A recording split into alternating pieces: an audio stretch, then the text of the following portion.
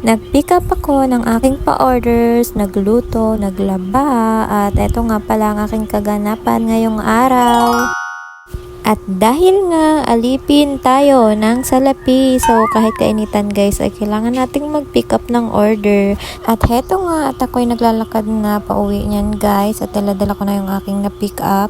Ito nga pala yung marinated chicken at kukunti na lang ulit yan sa mga gusto pong mag-order. PM lang po at meron pa naman ako natira dito sa bahay. At pagkahapon naman guys ay eto na naman ang ulam namin.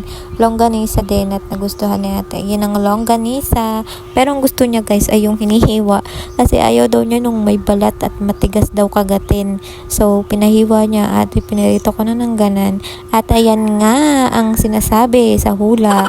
So naubusan nga ako ng gasol at buti na lang at ako ay may butane at may laman pa yung bala ng butane ko.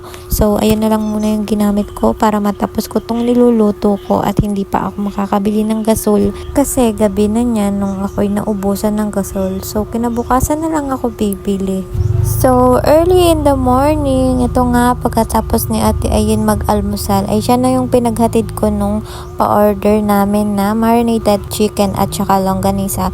Kasi ako'y magluluto muna at para dire-diretso ang aking paglalaba. So Sabado nga pala niyan at alam nyo na, labaday na naman tayo.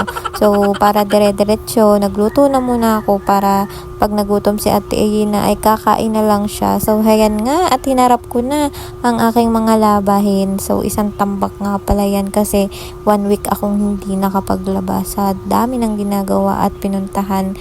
So, yan, isang palangga na nga lang naman yan. So, kayang-kaya naman yan ng mami aking nyo. Kita nyo naman, naka-uniform pa ako, tupad sa labada. At yan nga, habang nag-aantay ay sampay ko na yung iba. Nauna kasi yung mga puti. At pagkatapos nyan ay kumain naman kami ng lunch na nyan. So, ang ulam namin ay tilapiyang paksiw. At heto naman ang aking panghimagas, ang paborito kong papaya. So, hindi talaga ako nagsasawa sa papaya guys. Ang tamis pa naman ng papaya na to. Tsaka ang sarap niya kainin. O siya, medyo mahaba na yung kwento ko. So, bali hanggang dito na lang muna. Maraming salamat sa panonood. God bless guys. Bye!